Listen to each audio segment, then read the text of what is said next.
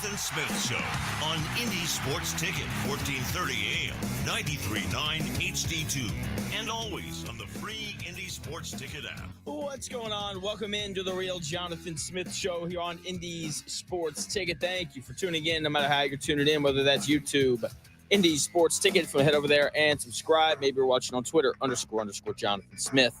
If you want to follow me there and watch the show there, you can also listen via that Indie Sports Ticket app, which you can download wherever you find your, or wherever you download your apps and find them, I guess. Yeah, that makes sense too. Pacers Knicks tonight, Game 5. Pacers headed back to Madison Square Garden, where they are undefeated in these playoffs. They've just been so good on the road, and the fact that they've been that good on the road gives me a little bit of confidence that they're going to be able to stroll back into Madison Square Garden with a little bit of swagger, being up 3-1 in the series, coming off of an incredible win in Game 4. Tyrese Halliburton having the performance of his career so far. Pascal Siakam playing pretty great at home as well in Game 4. So I expect for them to be confident, given the fact that they bounced the 64-win Cleveland Cavaliers in Game 5 in Cleveland on their home floor.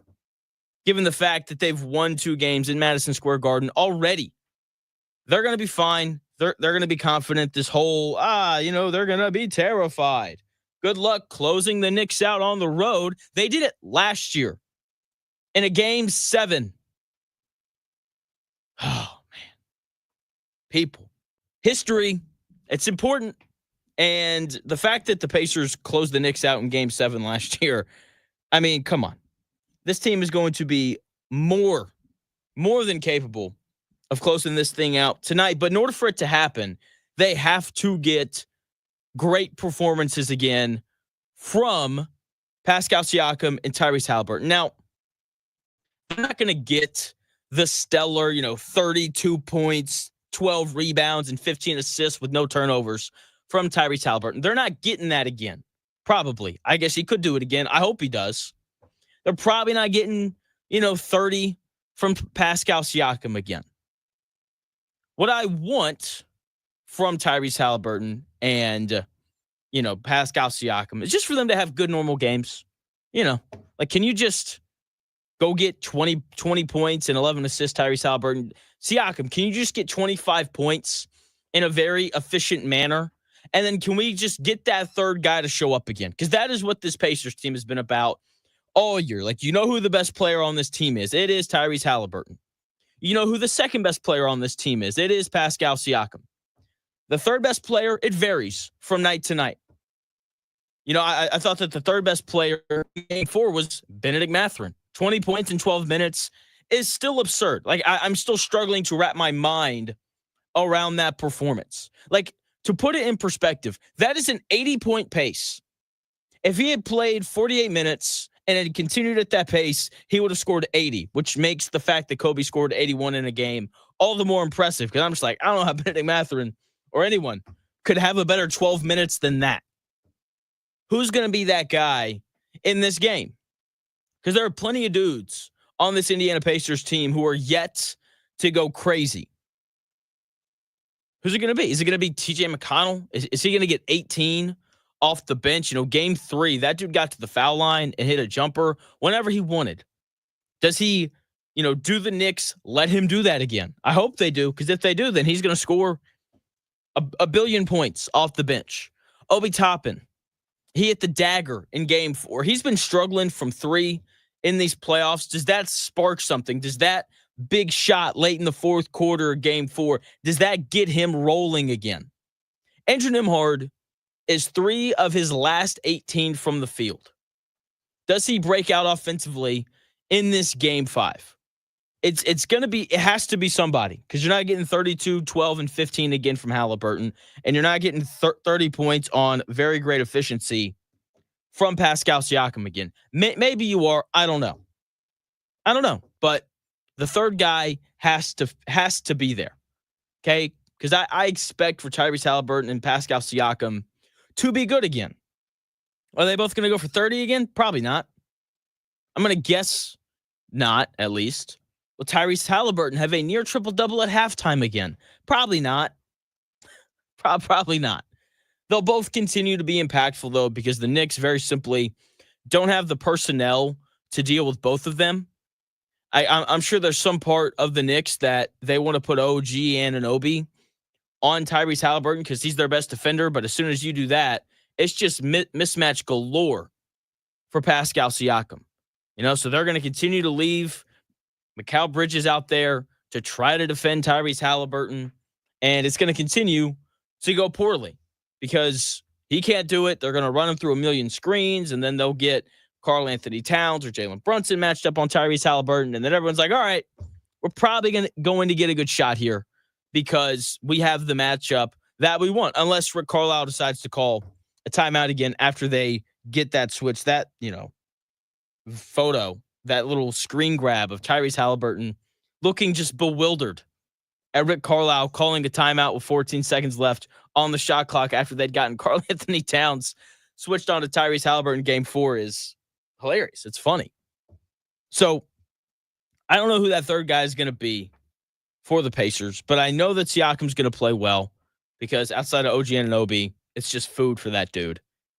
And Tyrese Halliburton's going to play well because the Knicks don't have a good matchup for him either. But the Pacers are still going to need a third guy to hit shots as they normally do. I don't know who it's going to be, but someone is going to be big for the Pacers because it's happened all playoffs long. It's why they're in this position.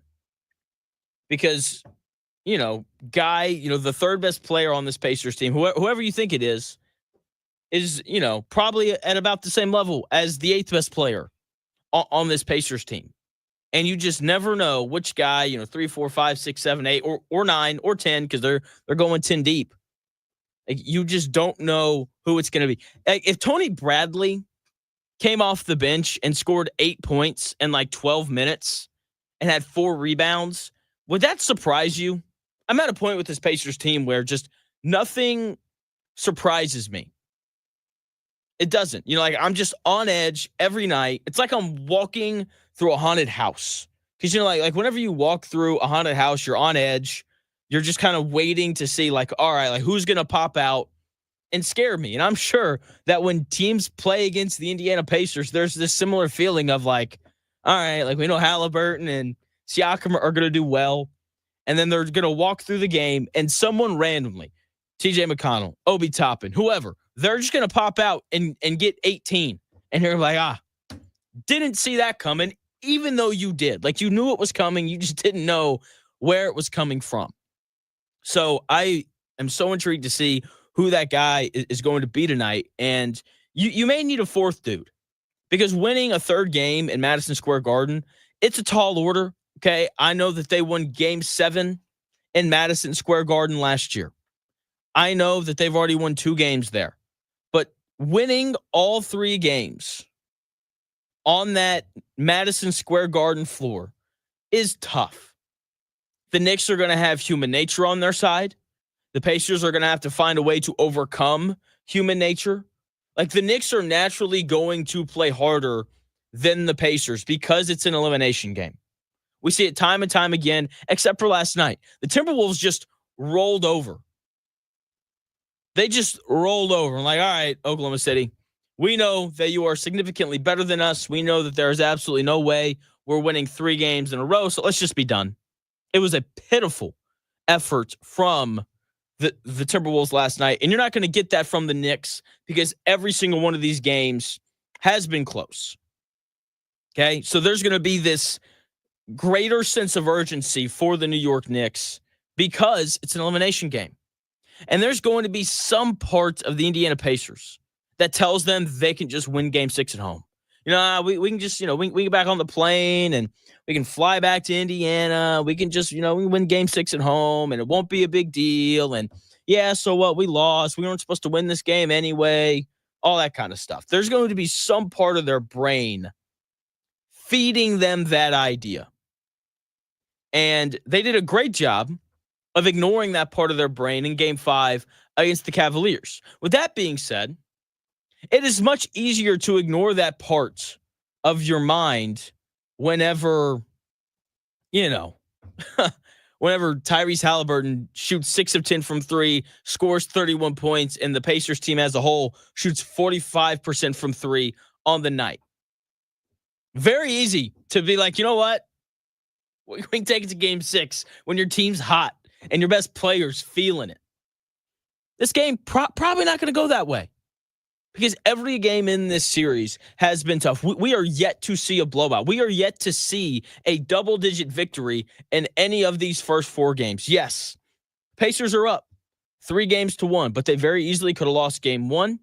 If Pascal Siakam doesn't have the best playoff game of his career in game 2, maybe the Pacers lose game 2. And I'm sure there's some people like, well, you know, the Pacers don't blow a 20-point lead in game 3, then they sweep. I don't know about that. I don't know about it. Okay, that game was incredibly tight and incredibly close. Game 4, Pacers won by 9. And that is the largest margin of victory in this series. And in order for them to win by 9, they needed a 30-piece from each of their 2 best players. And they also needed for Tyrese Halliburton to throw out 15 assists and 12 rebounds. This game is going to be so incredibly tough. And it's not a bad thing. It's great for us. It makes the games more fun to watch. I wanted to turn that Timberwolves game off at halftime last night.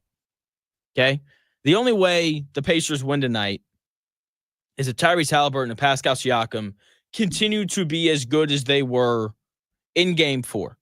And not in terms of, you know, the same numbers, because that's a lofty expectation, but in terms of, you know, Pascal Siakam being aggressive and Tyrese Halliburton getting into the lane. If those 2 things happen, then I feel pretty good about the Pacers and their ability to win tonight, right? And because you know that third guy is going to show up somewhere along the road. Okay? A lot has been said about the Pacers' depth throughout this postseason, and rightfully so. The bench has played a big role, but, like, let's not get it twisted here. They're not here without Siakam and Halliburton. They don't win game 4 without both of them playing arguably, 2 of their best games of the playoffs. And tonight is similar. They have to get something similar from both of them. Halliburton doesn't necessarily have to have another triple-double with 0 turnovers. Even though if he does that, I feel pretty great. But, if he can just get to 20 points and 10 assists, they're going to have a great chance to win. Siakam doesn't have to get 30 again. But can he consistently get touches and be aggressive against mismatches? If he does, he may get 30 again because the Knicks have no answer for that dude outside of OG and Anunoby. Okay, the Knicks have struggled to slow both Halliburton and Siakam throughout this series. So both of those guys are going to continue to be great. And they both know that they have to be great in order to close this Knicks team out, whether that's at home, here at Gainbridge Fieldhouse, or on the road. Every game in this series has been so close, right? Game 1 goes to overtime. Game 2, the Pacers win by 5. Game 3, the Pacers lose by 6. Game 4, the Pacers win by 9. Every game has been close. And the difference has been Tyrese Halliburton and Jalen Brunson late. Tyrese Halliburton has outplayed the clutch player of the year in clutch minutes in the fourth quarter time and time again. And, I've seen so many different, TV shows and stuff talk about that aspect of this series. Tyrese Halliburton outplaying Jalen Brunson, the clutch player of the year, yada, yada, yada. True. And it's because Halliburton's playing very well. But that's not the only reason why this is happening. Aaron Nesmith is a large part of why we're seeing Tyrese Halliburton be the best player on the floor in this series. It's because of how well Aaron Nesmith has done defending Jalen Brunson late in these games. And in order for the Pacers to win, those are the 3 players who have to be great. Tyrese Halliburton has to continue to get to the rim like he did in game 4. Pascal Siakam has to continue to go at every mismatch that he gets. And Aaron Nesmith has to continue to do a great job of defending Jalen Brunson. If those 3 things happen, the Pacers will probably win tonight.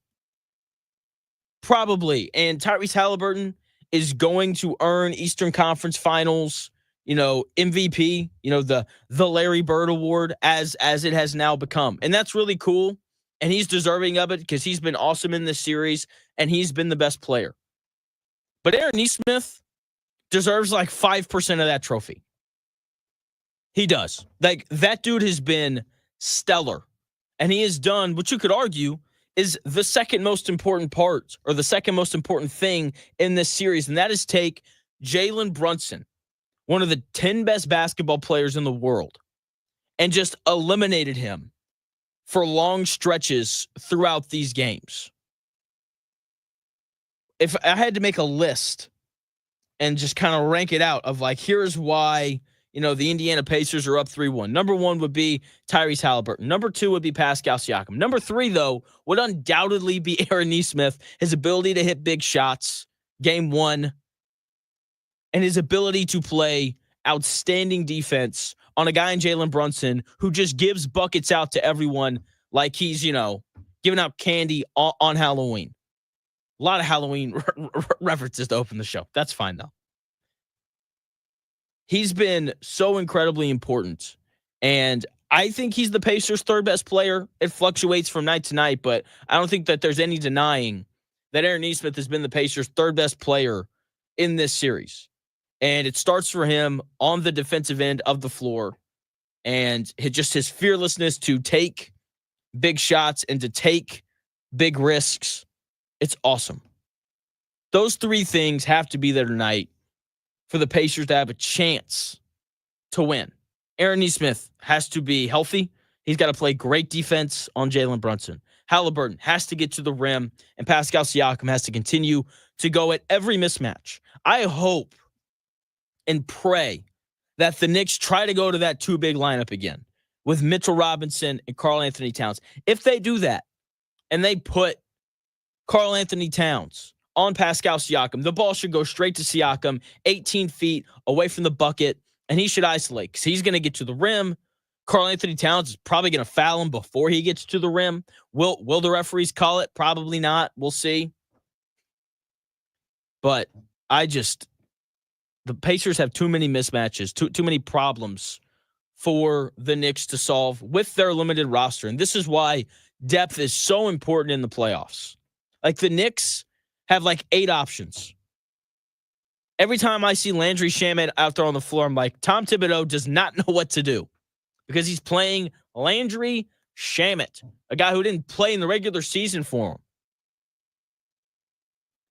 Whereas the Pacers have multiple options. You can put Andrew Nembhard on Jalen Brunson. They can put Aaron Nesmith on Jalen Brunson. They can put Ben Shepherd. They can put Jarris Walker if they wanted to. They could put Benedict Mathurin on him. They have options. They can put Pascal Siakam on Karl Anthony Towns. They can put Obi Toppin on Karl Anthony Towns. They can try to put Miles Turner on Karl Anthony Towns. They just have more levers to pull than the New York Knicks do. And that is so important during this time of the season. With that being said, I'm very intrigued about the start of the game tonight. Very intrigued about the start of it because I like boxing. I don't know if you like boxing. But when I think about the first quarter tonight, I think about like a prime Mike Tyson fight. If I'm fighting Mike Tyson, my goal, I just want to get out of the first round. If I can get out of the first round alive, I feel significantly better about my chances. Now, by that, I mean, if I don't get out of the first round, then like your chances of winning are like 0.1%. If you do get out of the first round, your chances go up to like 5% probably, right? But that's a big difference. And just in looking at the first quarter of this Pacer game tonight, I think it's going to resemble the first round of a Mike Tyson fight. I'll tell you why when we come back here in about 4 minutes.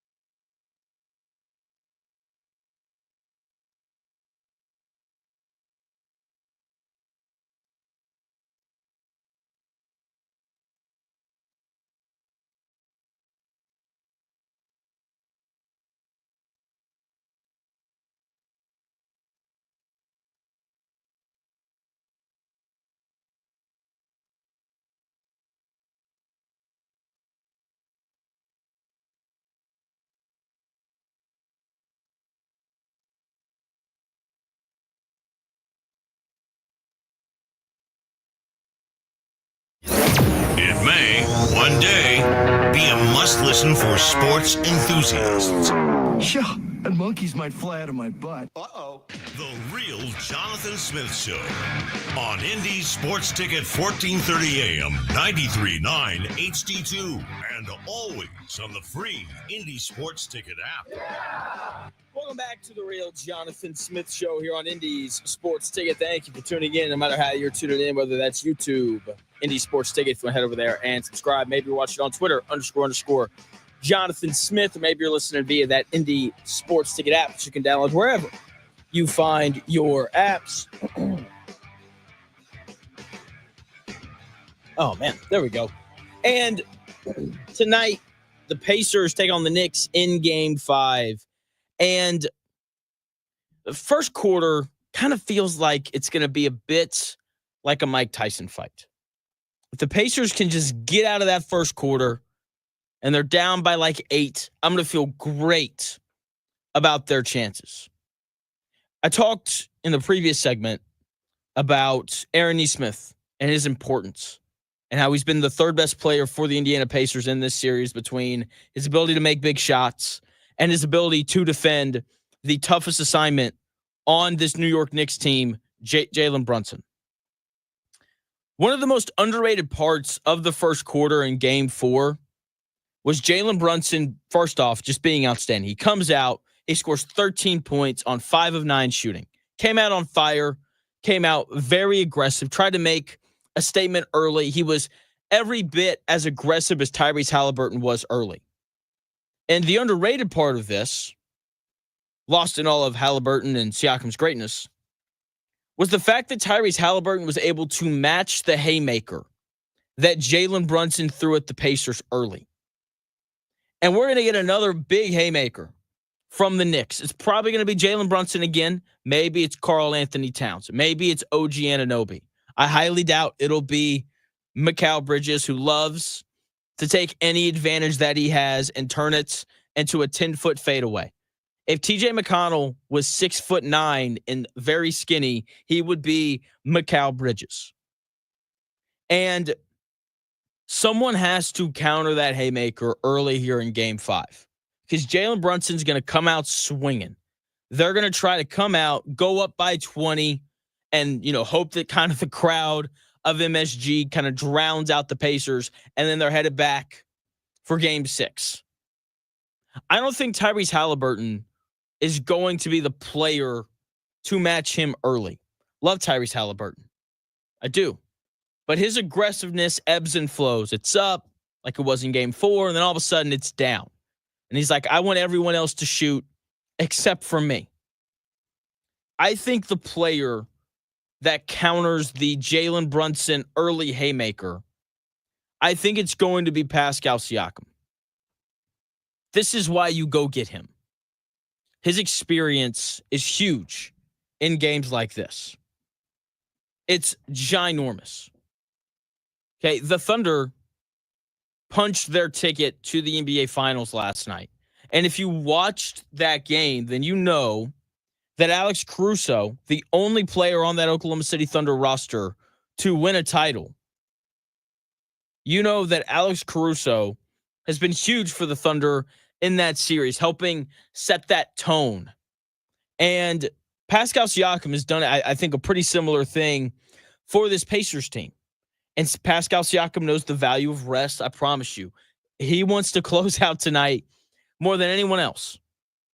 He's also played in big games like this before with a trip to the NBA Finals on the line. He's like, this is like, the dude's won a title. Okay, he's played in big closeout games before, and yes, closing out the Cavaliers was big, and the Pacers played really well during that game. With that being said, it's different when you're punching your ticket to the Eastern Conference Finals, a place that you've been before, versus punching your ticket to the NBA Finals, a place only two people on your team have played in before, Thomas Bryant being the other guy.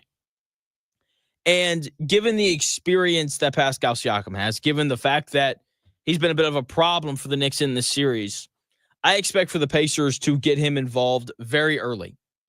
He is a tough matchup for New York, And I think the other Pacer players are going to come out a little tight. Maybe they come out a little amped up. Like if the Pacers miss a bunch of shots long, wouldn't be surprised early. Because I think you come out in those first 4 minutes, I think that goes away. But, a bad 4 minutes can cost you a close playoff game. It can. So I expect for a lot of Pascal Siakam early, and that's just because of the experience that he has. He's going to be the guy that gets them settled in, and he'll be the player that kind of gets them rolling early offensively. So I expect a lot of Pascal Siakam tonight. If there's a line on his over-under for points to be scored in the first quarter, I tell you right now, I would absolutely take the over. I would absolutely take the over because, like I said, I think it's going to be a heavy dose of Pascal Siakam in the first quarter. And then as the Pacers settle in, 6 minutes into the game, we might see them ease up a little bit on the Pascal Siakam touches. So Siakam early, Halliburton and everyone else, the final, 42 minutes or so of that game. The Indiana Pacers are 4-point underdogs tonight. Don't mind that. I don't. The better team getting points that's already won in a venue twice in a series it's always kind of nice. It's always nice whenever you get that lineup. So we'll see. The Pacers are going to be fighting to clinch their spot in the NBA Finals. They win that game, they will take on the Oklahoma City Thunder. And the Thunder just dominated the Timberwolves in that series. They are incredible. They are entering the NBA Finals with the second highest average margin of victory in the history of the NBA. Only the 1977 Portland Trail Blazers have a higher, margin of victory average than the Oklahoma City Thunder do right now.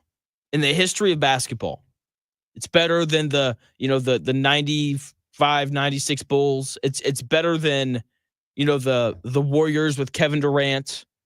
It's better than all of them. And this Thunder team is just incredible. There's no other word for it. Like, they dominated Minnesota in every game except for game 3 when they went back to Minnesota to, up 2-0. The Timberwolves won that game by 42. The Thunder didn't shoot the ball very well. And they play game 4. And, the Thunder actually shot the ball well. And that was kind of all she wrote.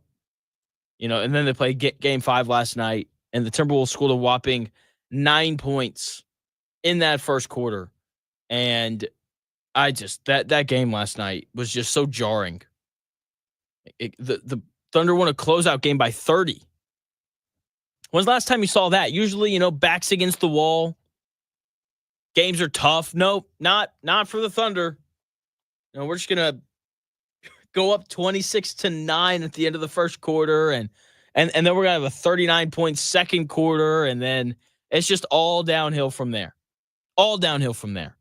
I mean, what they've done to that Timberwolves team, they've just broken them time and time again. Julius Randle looked lost trying to operate against that defense. This is definitely the best defense I've ever seen an NBA team play. This is, they're just tough. And I love this Pacers team. This Pacers team's awesome. They've been so much fun to watch all year long. They're probably going to move past the Knicks because teams coming back from down 3-1 have only won that series 13 times. And I find it very unlikely that the Knicks are the 14th team to do it.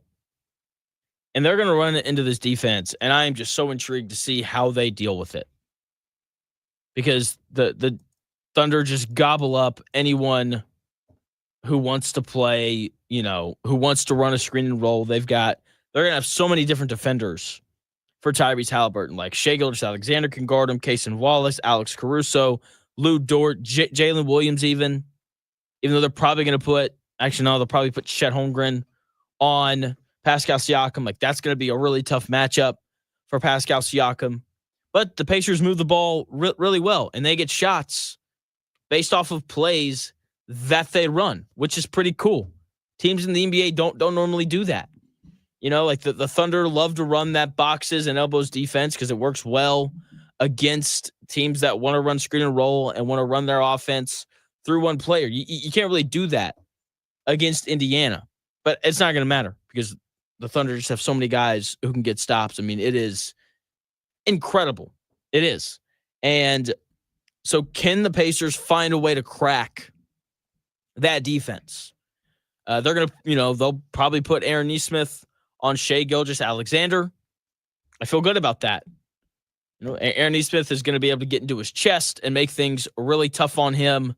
We're going to get more of the foul baiting stuff, like we've gotten with Brunson in this series. That's fine.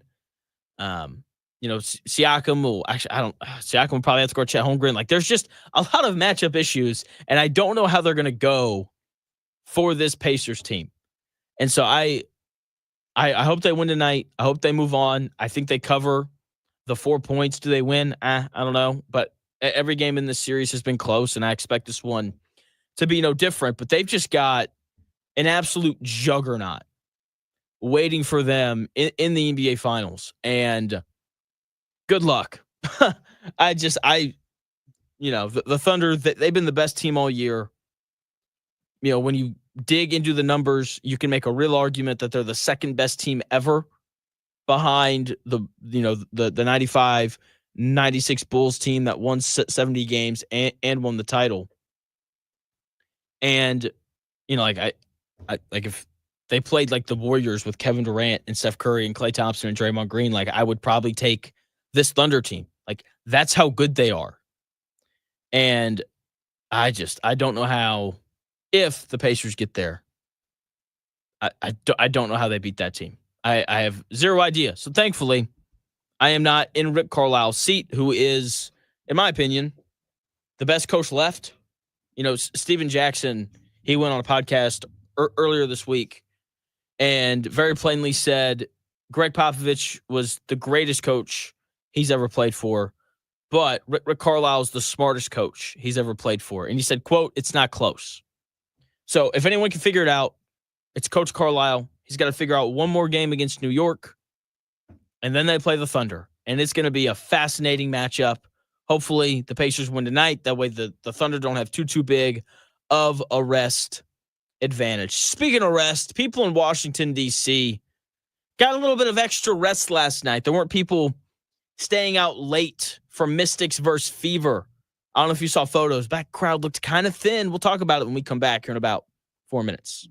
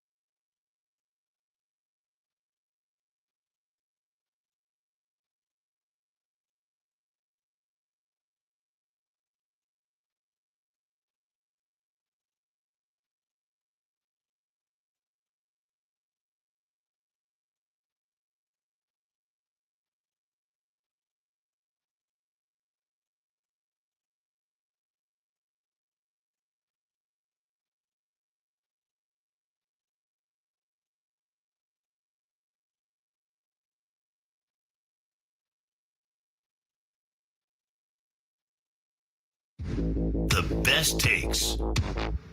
Maybe. The Real Jonathan Smith Show on Indy Sports Ticket 1430 AM, 93.9 HD2, and always on the free Indy Sports Ticket app.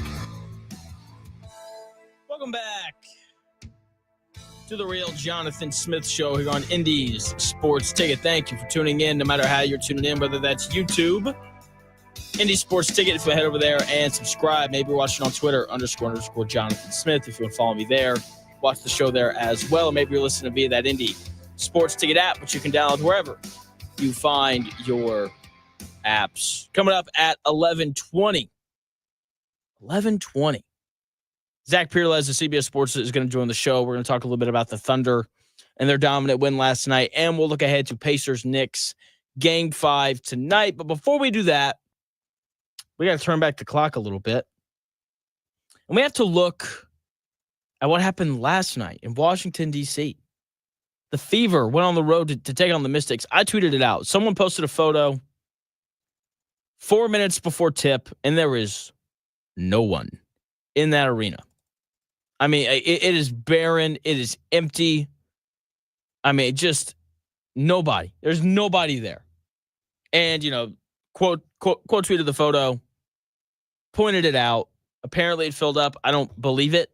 If you watch, the game or any highlights from it, they are so tightly zoomed in on that court. They didn't show the crowd. And that is the best way to mask not having people there. But remember, not just one person, though.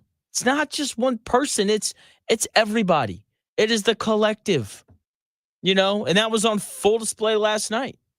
They are collectively not interesting unless Caitlin Clark is on the floor.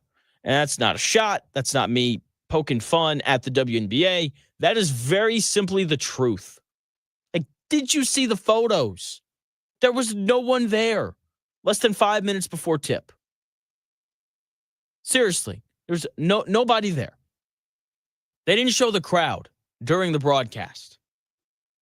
I just, I'm just kind of waiting on everyone else to wake up. I know that Indiana Fever fans, they are just simply smarter than everybody else. And, you understand that it is just Clark, because the majority of Indiana Fever fans didn't care about the Fever until she showed up.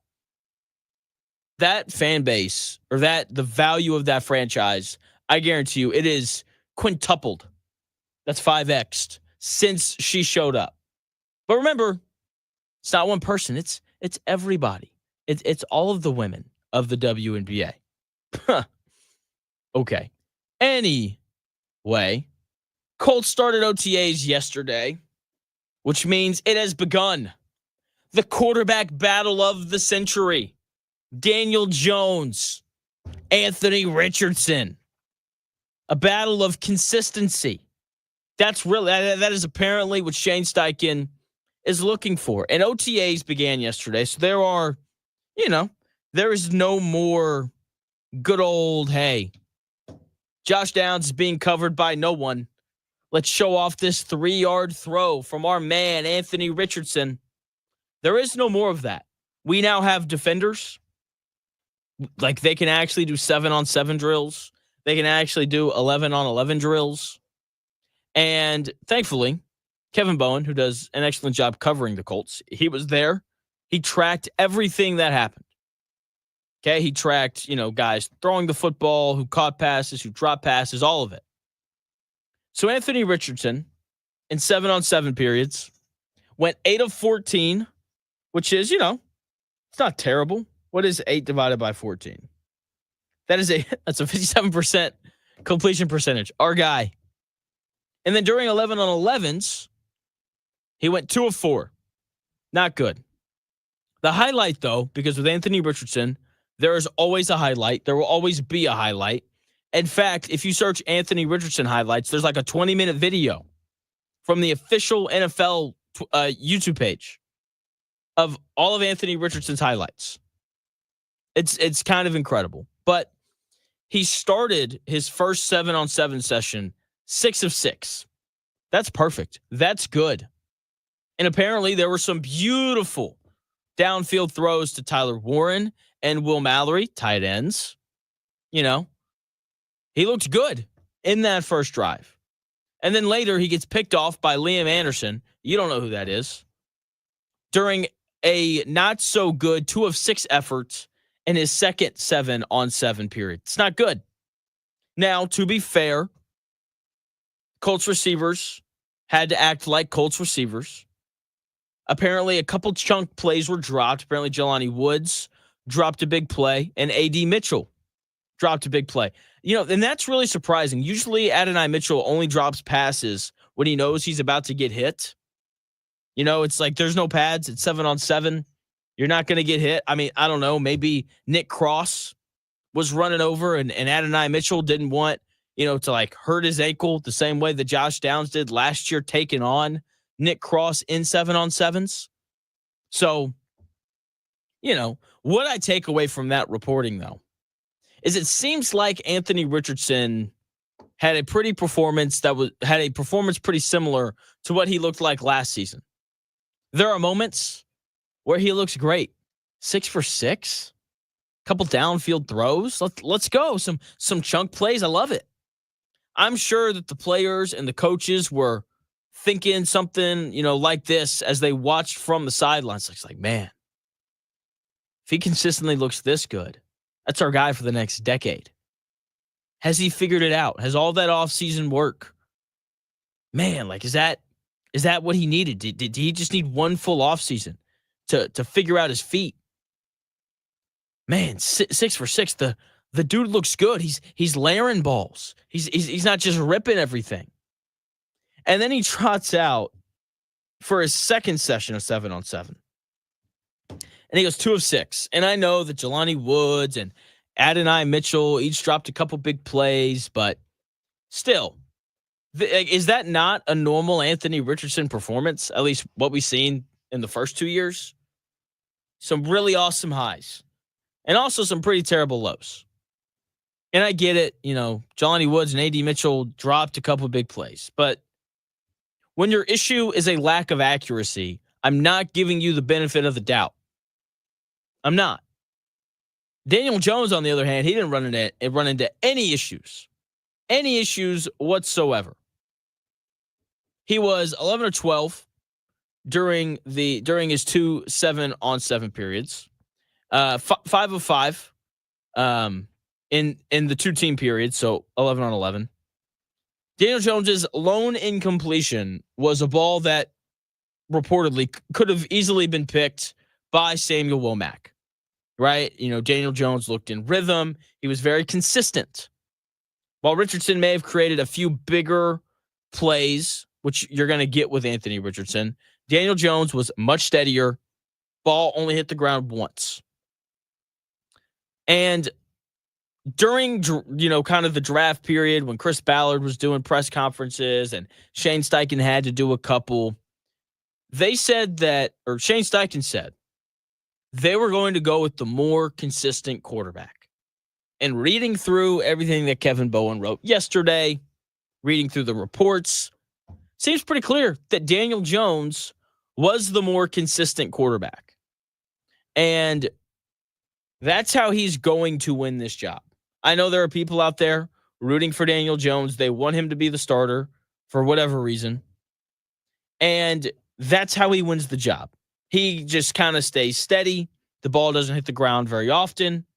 Meanwhile, if they're both up and down, they're going to go with Anthony Richardson because of his big play ability. Okay? Now, if Anthony Richardson becomes more consistent down to down, then the job's going to be his because he's going to create those bigger plays.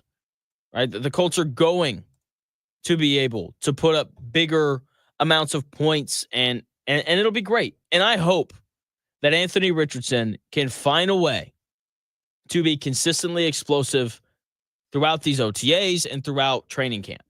Because if he is, then the Colts will have a legitimate chance to make the playoffs. They are. Like, make the playoffs, maybe win a game, if he can just find that consistency. If he can't, then Daniel Jones is going to be the starter. Then the Colts are going to go like 9-8, and we'll run it back next year. We'll say, hey, maybe we can go 9-8 again. Hey, we won the first game of 2026, so I guess everyone can stay because I don't know if you knew this, but as of right now, Colts are still undefeated in 2025. It's pretty amazing. And I don't know about you, but I'm so tired of 9-8.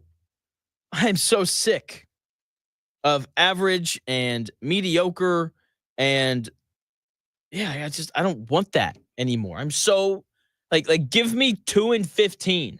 Don't give me 9-8. I would obviously prefer like 11-6 or 12-5 with a real chance to win this awful division and host a home playoff game. Like I would like to see Lucas Oil rocking the same way that I've seen Gainbridge Fieldhouse rock multiple times throughout my 4 years living here. A consistent Daniel Jones isn't taking you to an 11-6 or 12-5 record. Daniel Jones was made in a lab to go 9-8 and maybe make the playoffs. That is what Daniel Jones was created to do. I don't want that. I get it. Like when you hear, oh, Daniel Jones was created to go 9-8, you probably think something along the lines of, oh, he's the perfect quarterback for the Indianapolis Colts then, because that's who they are. That's who they've been throughout their entire time, in this Chris Ballard era. And the only way to break out of that is to find an elite talent at quarterback. And that first session with Anthony Richardson going 6 for 6 and hitting Tyler Warren over the middle for a chunk play and hitting Will Mallory down the field as well, like that's the kind of guy that can break you out of that 9-8 rut. And I hope that he's the guy who wins that job, because that's what the Colts need. That's what they need. All right. And let's just be honest. If you're pulling for Daniel Jones to win that job, you're going to get to see him at some point, because our guy, Anthony Richardson, is going to get hurt at some point. So even if Daniel Jones is not your week 1 starter, we're going to see him at some point. And, if you want the Colts to move on, then maybe that's the thing that makes it happen. Maybe Anthony Richardson gets hurt week 4. They're just kind of like, you know what? We're done having to worry about whether or not our quarterback is going to be healthy every single week. Daniel Jones, you're our guy going forward, and we'll kind of see how things go from there. That is the thing that I'm very interested to see. So we'll see how it goes.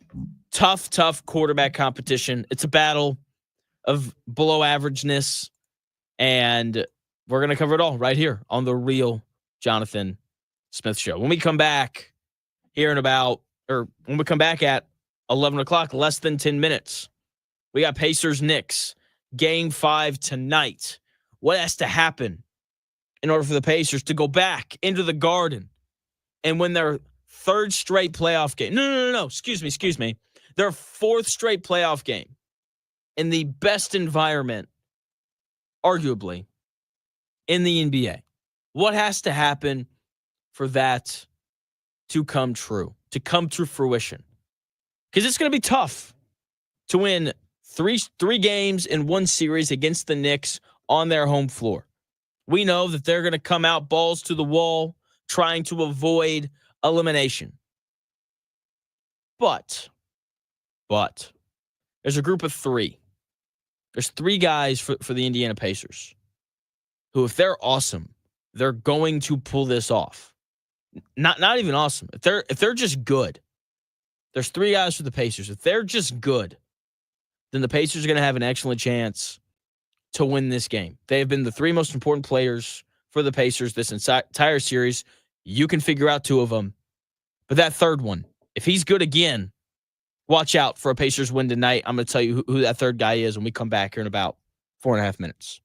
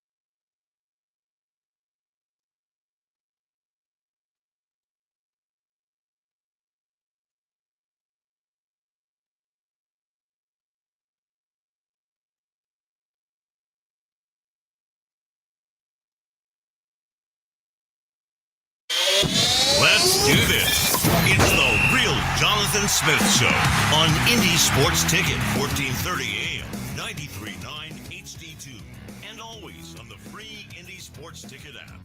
What's going on? Welcome into the Real Jonathan Smith Show here on Indy's Sports Ticket. Thank you for tuning in, no matter how you're tuning in, whether that's YouTube, Indy Sports Ticket.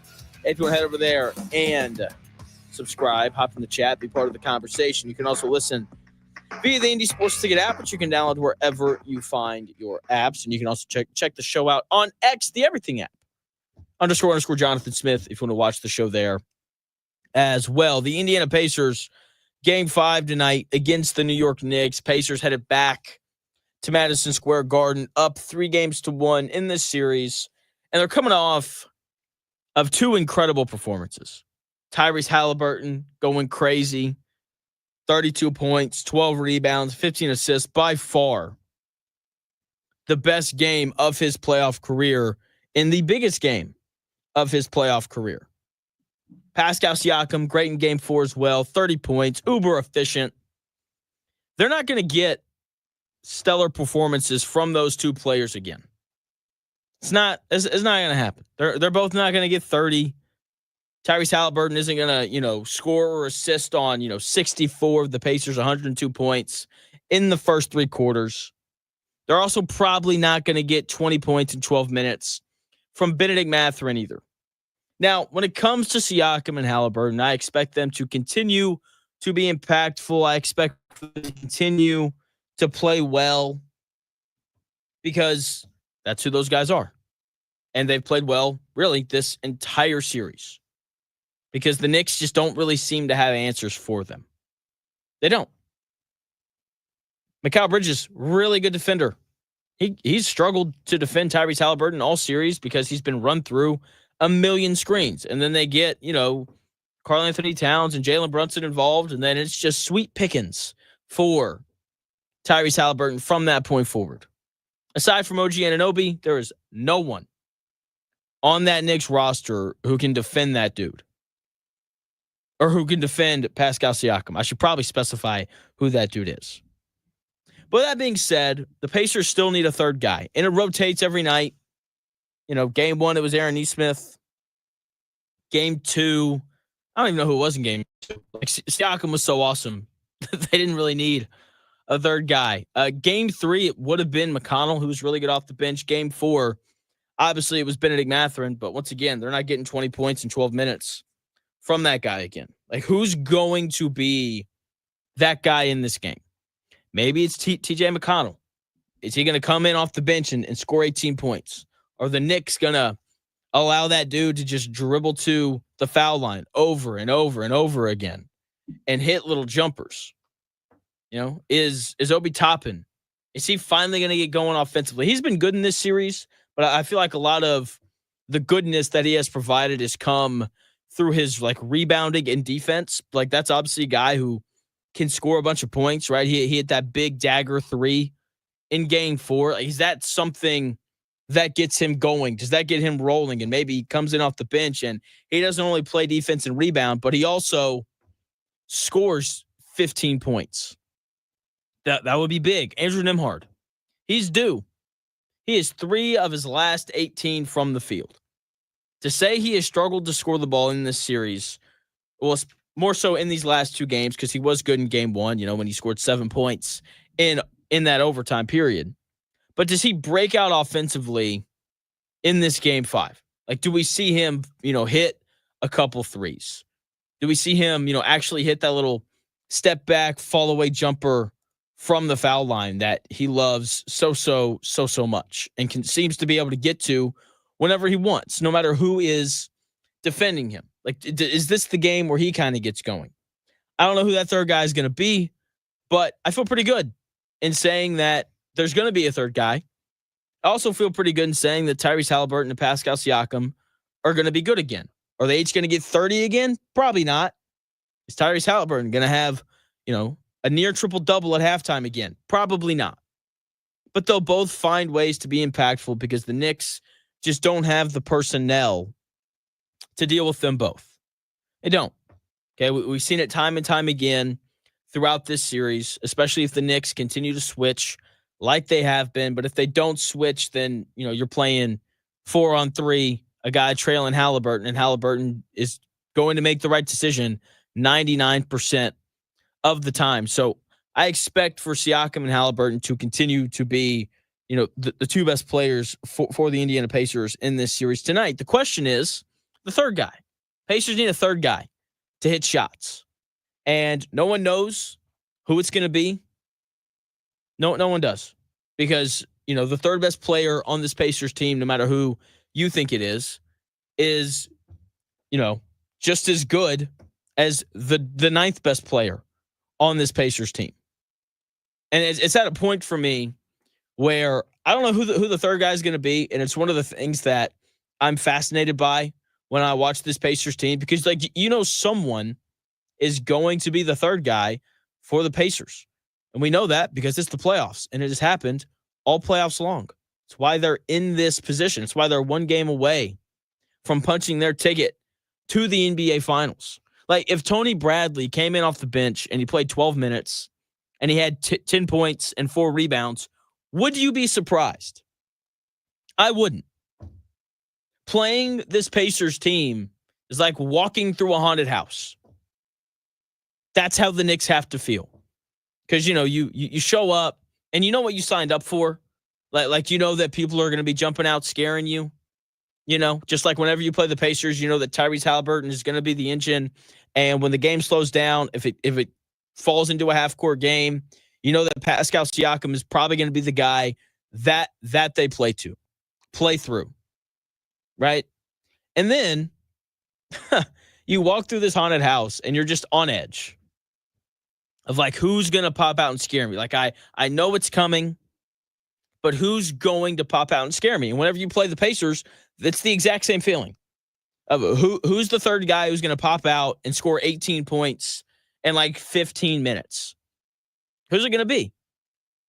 And it's just fascinating to watch. And I'm on edge trying to figure out who that guy is going to be every single time the Pacers play this game. And honestly, when you play against the Knicks on the road in a closeout game, and you've already won 2 games in Madison Square Garden, you've won 3 in a row in terms of playoff games in that building, winning a third time in this series in the Eastern Conference Finals against the Knicks in Madison Square Garden, that's a tall order.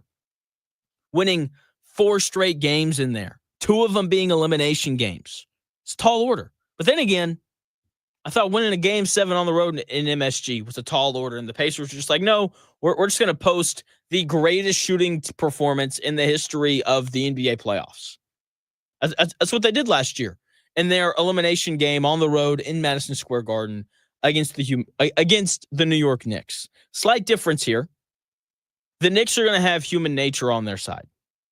The Pacers are going to have to overcome human nature. Like, the Knicks are naturally going to play harder with a greater sense of urgency than the Indiana Pacers because it's an elimination game. And unless you're the Minnesota Timberwolves playing against the Oklahoma City Thunder in Game 5 of the Western Conference Finals, usually the team with their back against the wall plays a little bit tougher. And the Knicks are certainly going to be tougher to close out tonight than they have been in these other games.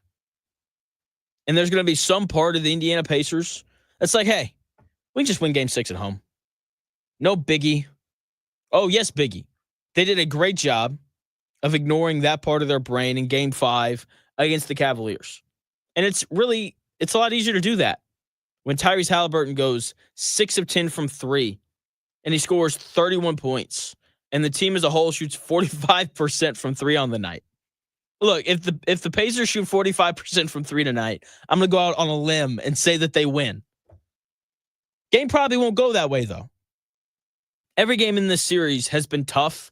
We have yet to see a double-digit victory. The team down at halftime has won 3 out of the 4 games.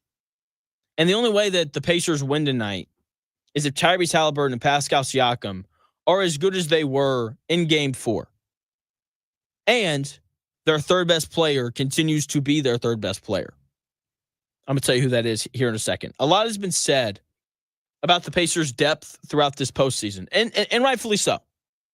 The bench has played a huge role the depth, the ability to mix and match and pull different levers to counter whatever the other team's doing. I think a large part of why the Pacers are up 3-1 is because of the depth. Because Rick Carlisle can sit back and say, you know what, I've got 10 options over here on my bench. I can go to Tony Bradley if I need to.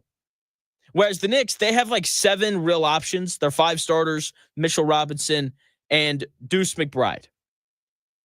They're like, as soon as they run Landry Shamet out there, I'm like, oh, geez. They're in trouble. They don't have enough answers. And so that has just been such an advantage for the Pacers in this series. With that being said, though, like they're clearly not here without Pascal Siakam and Tyrese Halliburton. They don't win game 4 without both of those guys going crazy. And they won't win tonight unless they get something similar from the two of them. And I'm not saying in terms of final stat line, because I'm not expecting for Halliburton to go for 32, 12, and 15 again with 0 turnovers. But he needs to get 20 and 10. And he needs to continue to get to the rim and try to finish amongst the trees. Because when that dude gets to the rim, good things happen. Good shots are created, or he gets a layup, or he takes free throws, and he's a good free throw shooter. Pascal Siakam doesn't have to get 30 again, but he needs to get consistent touches against anyone not named OG Anunoby. And honestly, if he does, and if he's aggressive and he looks to score, he may get 30. The Knicks have struggled to slow both of those guys down throughout this series. So I expect for them both to continue to be great. And they both know that they have to be great to be able to close out this tough Knicks team. Once again, every game in the series has been close. Game 1 went to overtime. Game 2, the Pacers won by 5. Game 3, the Pacers lost by 6. Game 4, they won by 9.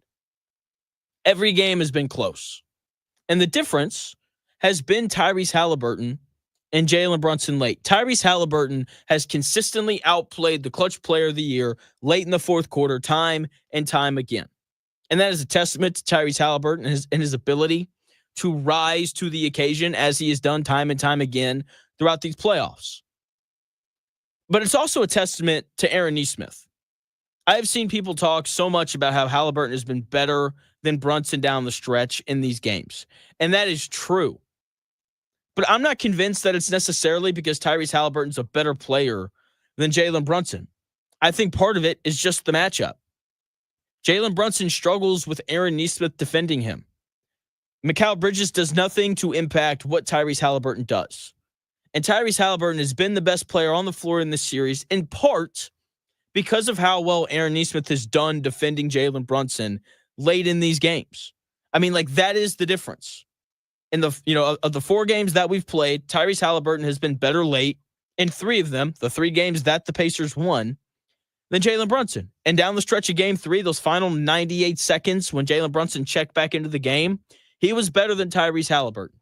And the Knicks won that game. That has been the difference. And that difference doesn't happen without Aaron Nesmith, who has been the Pacers' 3rd best player in this series. I feel pretty good about saying he's their 3rd best player, period, because he hits big shots and he defends, Jalen Brunson, a guy who no one can seem to get a handle on. He defends him as well as anyone else in the NBA. Like, it is truly impressive to see the way that Aaron Nesmith guards that guy. And if Aaron Nesmith continues to defend at that level on Jalen Brunson, and he makes his life so incredibly tough, and if Tyrese Halliburton continues to get to the rim and continues to create that way, and if Pascal Siakam continues to go at mismatches, then I feel great about the Pacers and their chances tonight. I feel great about them. And hopefully, it's not guaranteed. Hopefully those 3 things happen again, and it leads to another big-time Indiana Pacers W. One that results in a ticket punch to the NBA Finals. When we come back, Zach Pereles is set to join the show of CBS Sports. He's got an outstanding newsletter that you should definitely go read. Zach Pereles joins the show when we come back here in about 4 minutes.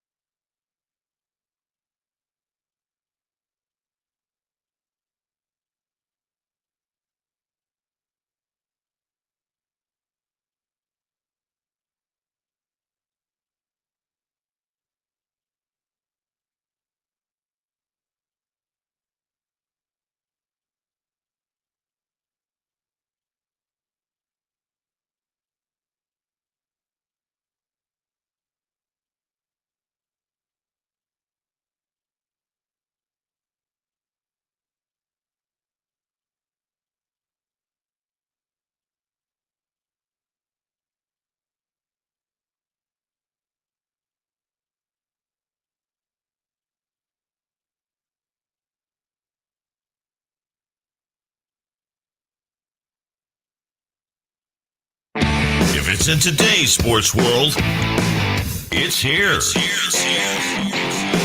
The Real Jonathan Smith Show on Indy Sports Ticket 1430 AM, 93.9 HD2, and always on the free Indy Sports Ticket app. Welcome back to the Real Jonathan Smith Show here on Indy Sports Ticket. Thank you for tuning in, no matter how you're tuning in. I am joined by the great Zach Pereles of CBS Sports. You can read all the stuff over at cbssports.com. He's joining me now to talk about the NBA playoffs, whatever that game was last night, and then Pacers-Knicks Game 5. But before we do that, Zach, I am curious, what, OTA storyline in the NFL are you most intrigued by? Oh, man, there's a lot of them. I think that I'm really interested by – I am like a big, big believer in the Steelers just saying enough is enough and we're gonna tear it down, and this is going to be a year of we're learning what our roster has. So it's partially OTAs. It's partially what on earth is Aaron Rodgers doing, which I feel like has become a storyline every offseason at this point. So I'm really interested what's happening there. I'm not, it's not one of these things where I think that one guy is going to, of this Mason Rudolph and Will Howard, I'm not like hugely in on either one of them, but I am very interested in what does the next few weeks hold for Aaron Rodgers and the Steelers. Like, this is a team that has been historically so consistent. So I guess it's a little bit of an escape answer saying the Steelers because Aaron Rodgers isn't there, but I would think that he's going to be there soon, right? I don't know. I don't think anyone knows. I don't think Aaron Rodgers knows. He's just, we had talked about, Aaron Rodgers may be coming here this offseason. I was like, absolutely not. For this reason. Like, he just does his own thing, which can be a good thing. Right now, it's clearly not, though, for Pittsburgh. And I don't know. I know Will Howard's probably like, let's go. Please don't show up, Aaron, because I think I can beat out Mason Rudolph, Yeah, absolutely. And he should feel that way. I'm not super in on Mason Rudolph. Me either. Me either, man. With that being said, let's move to the playoffs. Let's start with last night, joined by Zach Pereles, talking about the NBA playoffs now. What was last night? That was Oklahoma City at its best. Like, you check every single box. And I was watching last night, and I think my biggest takeaway was just how hard everyone on the roster works. Like, there are no shortcuts. You are getting the best effort out of every single player on that team. And yeah, I was so impressed by what I saw. They're just such an excellent team on both ends of the floor. And some of the numbers that they're putting up are like simply ridiculous. Like, these blowout wins are just really like, it's almost hard to believe. And yeah, I've just been so impressed by them. And last night was like, if you wanted to say, what if we talk about some of these all-time great NBA teams and we say, oh, this is like how we'll talk about them to our kids. This is how you would talk about the Oklahoma City Thunder if they go on and win. Like, you will say the 2024-2025 Thunder, you want to see them in one game. Go watch that game last night, how hard they work, how active their hands are, how they have so many different options and lineup combinations, but that defense is just absolutely spectacular. It is, and you brought up the blowout wins. Do you know how many double-digit wins they have this year, regular season and postseason combined? Geez, I saw something about this. It's got to be like 60-something. I know they have about 80 wins total. It's 61. That is the record. They have the most double-digit wins in a season in NBA history. I'm so glad that you brought them up as an all-time team, because they are. Like, when you look like net rating and stuff, like, you can make a real argument that they're the second best team ever. And for me, like, this feels just like an insane thing to say, but I really believe it, Zach. If they played the Kevin Durant Warriors in like a 7-game series, I think I'd take the Thunder. Wow. Yeah. I mean, it's such an interesting hypothetical. I haven't even thought about that because there's some similarities to that 2015 Warriors team the year before they got KD, and just like that was the Warriors final, like they finally broke through. And then the next year they got even better with KD. So geez, they certainly have all the bodies that they would need to throw at them. And yeah, I mean, it would really stress out Golden State defense as well. Although that is like still healthy, still elite defender Klay Thompson. Yeah. It would be really fun. I know that we do this a lot with like, oh, how would Jordan's Bulls hold up? But it'd be interesting to see how some of these more modern, really good teams would fare. Because I'm 25. I don't know how old you are, but like when I think about the two best teams that I've seen in my lifetime, like it's the Kevin Durant Warriors and it's this team, and just like the contrasting styles, I think would be a lot of fun. Just the size of Oklahoma City and let's call it, I guess, the lack of size for Golden State. And so I was thinking about that last night. I was like, I think I'd take the Thunder. And I know that I'm taking the Thunder in the finals, whether it's the Pacers, which is probably going to be them, or New York. They're just, like you said, like they're loaded and they're just so tough, man. Yeah, absolutely. And every single player on that roster plays so hard. And I think a really good example of this is that you saw last night, like they were running away with this game, and you see Alex Caruso sprinting back on defense. You see Jalen Williams, you see Shea. They're all doing this. It's not like a one-person thing. Like they are all working extremely, extremely hard.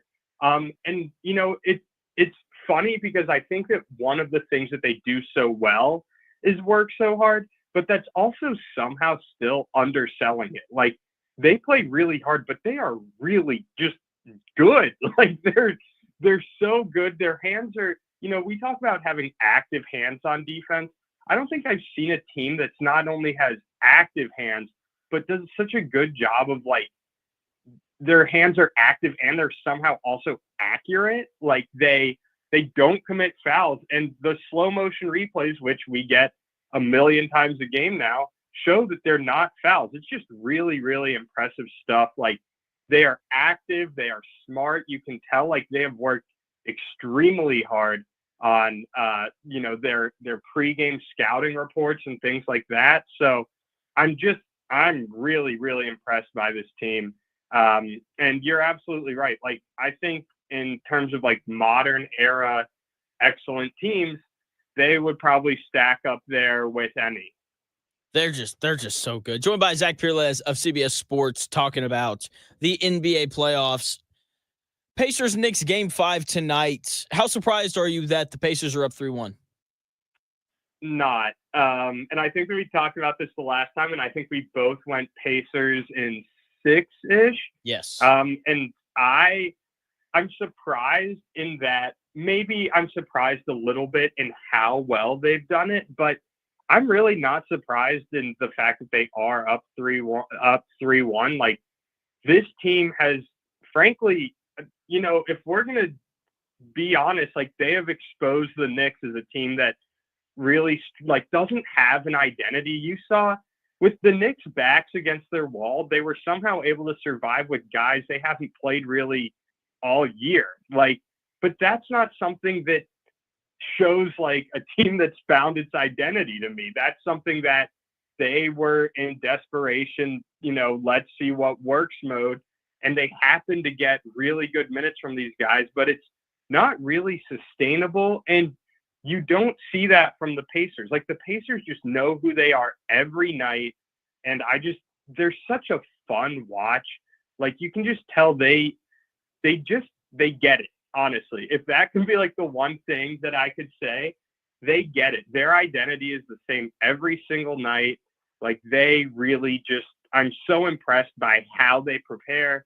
They attack switches like relentlessly. Like Jalen Brunson at times has gotten, played off the floor. This is a clutch player of the year getting played off the floor because he can't defend. They really can't defend when it's him and Karl Anthony Towns.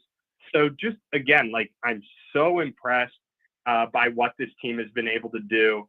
And I don't really know what else to say. I'm so impressed by them. They're just relentless. Like you talk about the Thunder and how hard they play. I think the same thing can be said about the Pacers. The thing that I've crafted this take, and I don't like it, but I think that it's true. I've seen all these like big shows do these like Tyrese Halliburton's the best player in the series kind of thing, which has been true. Like he's played better than Brunson, like you mentioned, like Brunson getting played off the floor a little bit in game 3 and the defense and all that kind of stuff. But so much of the playoffs are about matchups. And as I watch this series, I'm like, I don't know if Tyrese Halliburton's better than Jalen Brunson. I just think that Aaron Nesmith on Jalen Brunson is a way tougher matchup than Bridges or anyone else that the Knicks have put on Halliburton. What do you kind of think about that take? Yeah, I think that Aaron Nesmith, like this is the modern NBA offense is so let's set a pick, let's hunt a mismatch.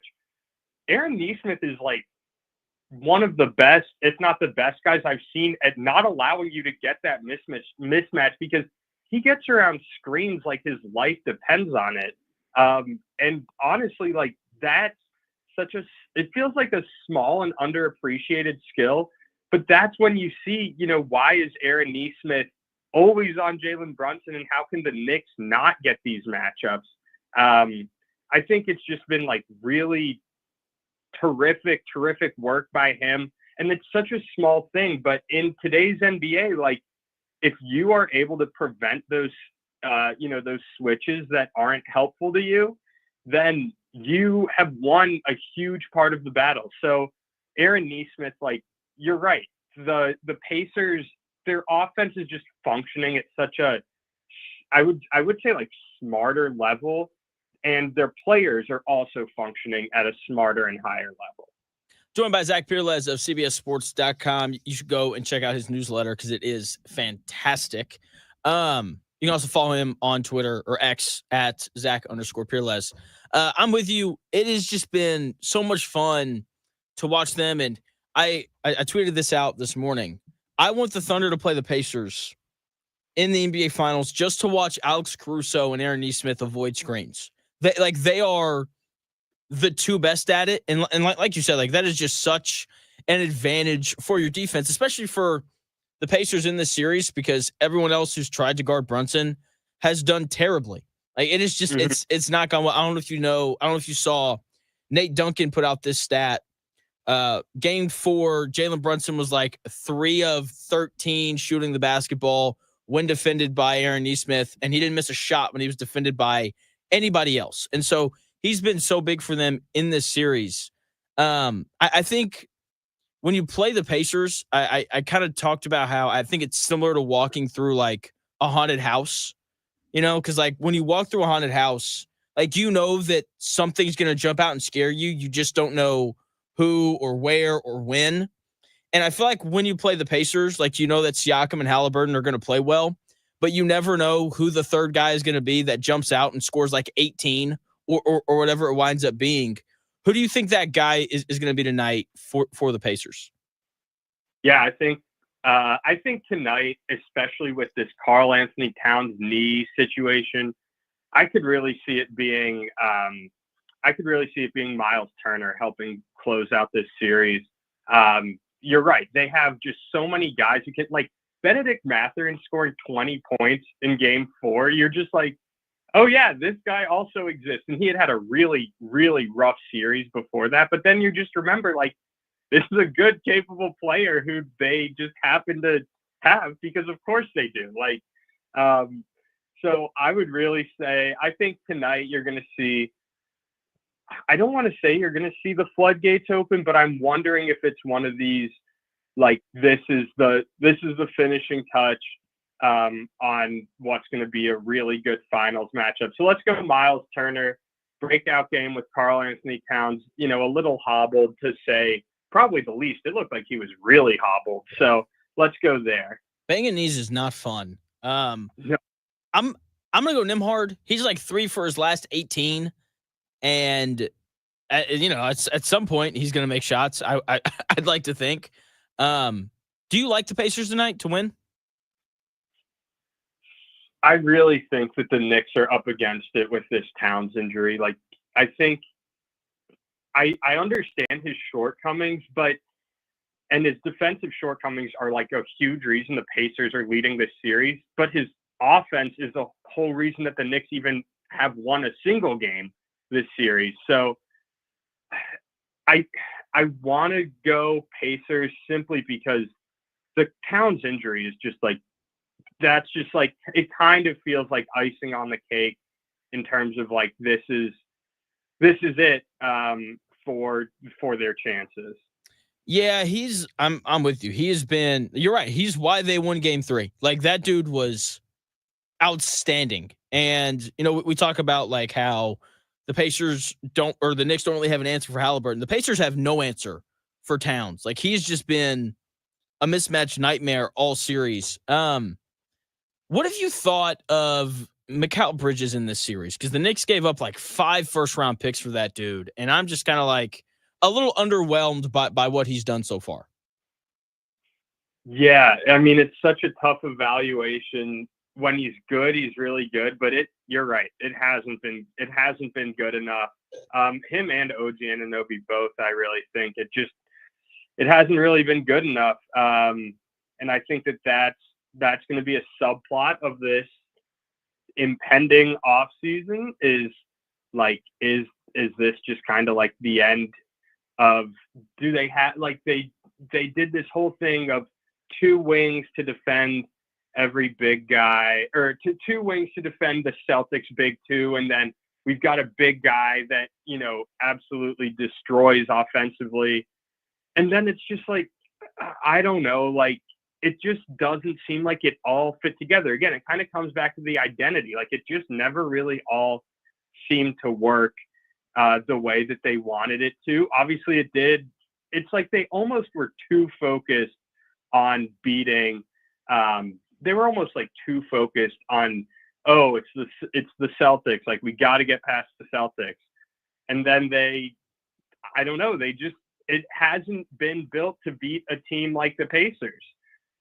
It hasn't been. Joined by Zach Pereles of CBS Sports, talking about this Pacers and Knicks setup. I think you're exactly right. I think we saw something similar with Minnesota last year, where they were clearly built to beat Denver, and then they beat Denver, and then they lost to Dallas because they just weren't really built to beat that team. And to be fair to New York, I don't think anyone expected this from the Pacers this year. Like, I think everyone kind of looked at them like, hey, congrats, you beat a hurt Knicks team, and you beat a hurt Bucks team, and then you finally played someone healthy, and you got swept. And so I guess to kind of defend the Knicks, which I hate doing, I would kind of argue that in their favor. But no, you're right. Like, this is just a bad matchup for them, and I'm very interested to see what they do, because I just, like, they don't have a ton of flexibility now because they moved all of those first-round picks. And I guess they could move Towns, but I feel like he's been their best dude in these playoffs and definitely in this series. So it's like, do I really want to do that?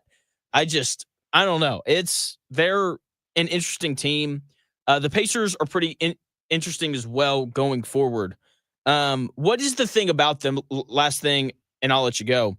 What is the thing about them? Is there like a player or a matchup that you're kind of looking at that could maybe give them a leg up over the Thunder? Because that series is going to be so tough for them. I do think that I can't believe I keep coming back to this, but it's so central to how the Pacers work, even if he hasn't had like an amazing series. But the fact that Miles Turner can draw Chet Holmgren away from the basket is huge. Like, that is, there was a number that I saw last night. I believe the Thunder have 261 blocks and steals in the playoffs, which is most this deep into the playoffs since like the 85 Lakers. And the 85 Lakers are playing, I don't want to ruffle any feathers, but it was not the same sort of offensive schemes that we see in today's game. And Chet Holmgren is a huge number of those blocks, and his presence also allows those perimeter guys. They're really good. They are really smart. They work really hard, but it also allows them to be a little bit more aggressive because they know that they have a shot blocker behind them. We know that, Miles Turner can be really good, and we've seen him at times be really good. I think that he can be, just his presence alone can be a big factor in how Oklahoma City kind of has to change the way that it operates in terms of defensively. Now, they still have excellent defenders, again, but I think it's one of these things where we might see, hey, like if they really can spread Oklahoma City out, and that's something that the Timberwolves simply weren't able to do because they just couldn't hit shots. Like last night, they got really good looks and they were just missing them. I think that would be a really good just thing to keep an eye on, because it's not going to change everything. It might not even change enough, but I would say like his simple presence is a really big and unique boost for Indy. And I think that maybe, just maybe, you'll see that come to fruition. I'm interested to see what the Thunder do with that matchup, because in my mind, I feel like they would put Chet Holmgren on Siakam and they'd put Hartenstein on Turner just because Siakam does operate a little bit closer to the basket than Miles Turner does. But you're right. Like there's going to be times where the Thunder go with one big and it's Holmgren playing center and he has to guard Turner. Like, how does that matchup kind of impact things? I think that I agree with that, but is it going to be enough? Probably not. Zach, thanks for your time, man. You had a newsletter come out this morning, right? I did indeed. Yeah. All right. What'd you cover in it? I haven't read it yet. I need to. Yeah, a lot of Thunder, some hockey. How about those Panthers going back to the Stanley Cup playoffs, or the Stanley Cup finals, excuse me. And then a big day, obviously, for college basketball, whether guys are coming back or not. So all the good stuff. It's such a fun time in the NBA, but there's other stuff going on as well. So we've always got you covered. Sounds good. Zach, thanks for your time, man. Yeah, thanks for having me. That is Zach Pereles. Go check out his newsletter. It is fantastic if you just want to run down on everything going on in the world of sports. When we come back here in about 4 minutes, more thoughts on Pacers, Knicks, and I can't wait for this game tonight. I'm so intrigued by the first quarter. The first quarter of this game is going to be so important because I think the Knicks are going to come out hyper aggressive. They're going to try and throw that big haymaker early, kind of like what we saw in game 4. And there's a specific guy for the Pacers that they're going to need to counter that. I'm going to tell you who that is when we come back here in about 4 minutes.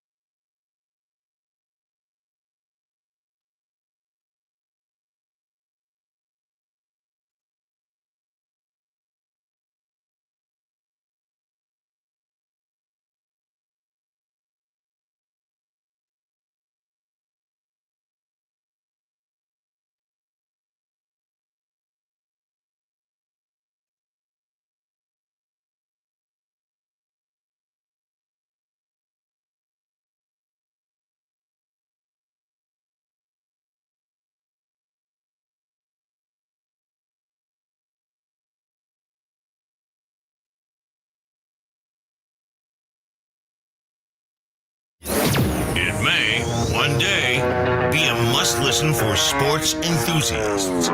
Yeah, and monkeys might fly out of my butt. Uh-oh. The Real Jonathan Smith Show on Indy Sports Ticket 1430 AM, 93.9 HD2, and always on the free Indy Sports Ticket app. Welcome back to the Real Jonathan Smith Show here on Indy's Sports Ticket. Thank you for tuning in, no matter how you're tuning in, whether that's YouTube, Indy Sports Ticket, if you want to head over there and subscribe. Maybe you're watching on Twitter, _ Jonathan Smith, if you want to follow me there and watch the show there. You can also listen via the Indy Sports Ticket app. And if you're listening on the Indy Sports Ticket app, keep it there. We're 13 minutes away from the Dan Dockett Show. We got the Power Hour going on today at 2 o'clock, so make sure you're tuned in into that to hear Dan Dockett, Kent Sterling, and me talk about this Indiana Pacers team who has an opportunity to end the series tonight. I can't wait because I think they have a pretty decent chance to end that series tonight because they're an excellent, excellent basketball team. They are.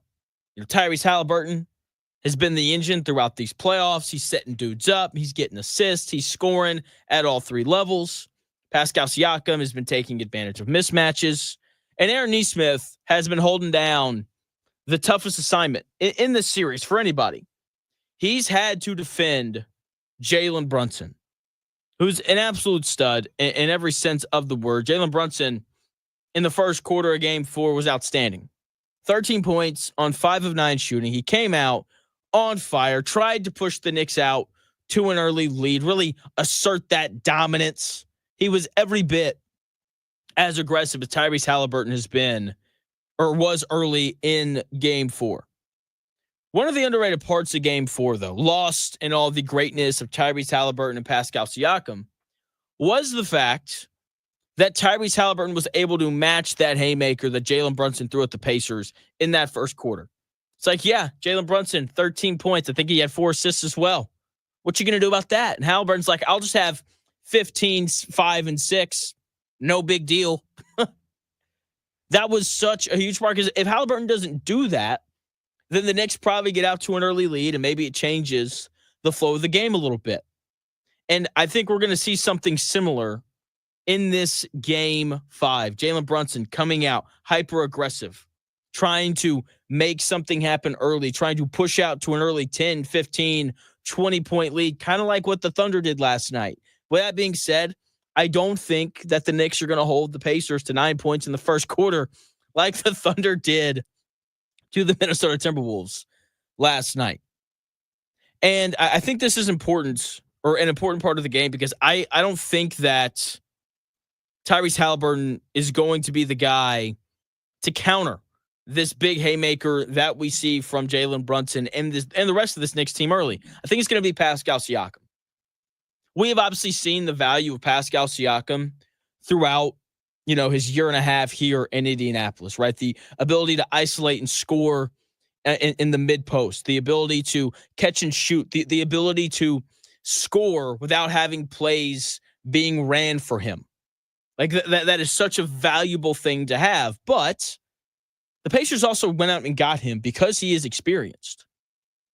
And your experience shows up in games like this. I don't know if you watched Thunder and Timberwolves last night. If you did, you probably only watched like 5 minutes of it. But Alex Caruso was a huge part of setting that tone and keeping their foot on the pedal when they had a big lead. Because that's a guy who's won a championship before. Pascal Siakam is a guy who has won a championship before. And he understands the value of rest. Like if they can close this thing out in 5 games, they'll be able to go back home and rest up. It'll also be one of those dominant runs we've ever seen through a conference. To beat Giannis in 5 games, beat a 64-win Cleveland Cavalier team in 5 games, and then to turn around and beat Jalen Brunson and Karl Anthony Towns and OG Anunoby and 5 first-round picks worth of Mikal Bridges in 5 games. Like that is an incredible run. But obviously, Siakam didn't care about that. He cares about the rest and punching that ticket to the NBA Finals. And I just kind of expect for the Pacers to come out a little tight or a little too amped up early. Like if the Pacers come out and they're missing every shot long because they're amped up and there's just a little extra juice in those legs, knowing that a win puts them in the NBA Finals, I would not be surprised by that. Pascal Siakam is going to be the guy who kind of slows things down and gets the Pacers in their rhythm. And by slows things down, I don't mean physically. I don't mean the pace. I mean gets guys settled in. He slows things down mentally for the rest of this Pacers team. I think that they're going to look to get him established early because he's played in this game before. He's played in a big-time game with a trip to the NBA Finals on the line. He's also a very tough matchup for the Knicks, and I think that the other Pacer players, like I said, are going to be a little tight. And so I think we're going to see a pretty steady dose of Pascal Siakam in the first 3 or 4 minutes of this game, which is good because, like I said, outside of OG Anunoby, no one on that Knicks team can defend Pascal Siakam. So if the Knicks continue to roll with Mitchell Robinson and Karl Anthony Towns as the starters, and they put those guys, if they put Towns on Siakam like they've done, I think that we're going to see the Pacers go to that pretty early until everyone else kind of gets settled in because nerves are a real thing. But once shots are going up and you're playing defense and you're talking and you're communicating and you're rotating and you're doing all those important things, you settle in. That's just kind of naturally what happens. Nerves fade after the first couple minutes of the game. So I do think we're going to see a heavy dose of Pascal Siakam in those early minutes while the Pacers kind of get settled into what is the biggest game of everybody's career on that roster, with the exception of Pascal Siakam. So can't wait to see how they work tonight. Can't wait to see who that third guy ends up being. Last game was Mathurin, 20 points in 12 minutes. And then, we'll see who it is tonight. I like Nembhard. 3 for 18 in his last 2 games. He's due. He's been really good on the road, right? Had the big 7-point overtime in game 1. I think this is a big Andrew Nembhard game. By big, I don't mean he's going to score 40. I mean, he's going to be the third guy. He's going to hit a couple big mid-range jumpers. He's going to hit a couple of important threes because he's a guy who tends to rise to the occasion. So I'm looking at him to be the third offensive dude for the Pacers tonight. And if that happens and Nesmith continues to defend well and Halliburton and Siakam continue to be themselves, then the Pacers are going to have an excellent chance to punch their ticket to the NBA Finals tonight. That's going to do it here on The Real Jonathan Smith Show. Thank you for taking the time out of your day to watch the show. I greatly appreciate it. I'll be back on the air tomorrow from 10 to noon. Go watch the show on YouTube. Subscribe over there. Hop in the chat to be part of the conversation. I'll talk to you tomorrow starting at 10 a.m.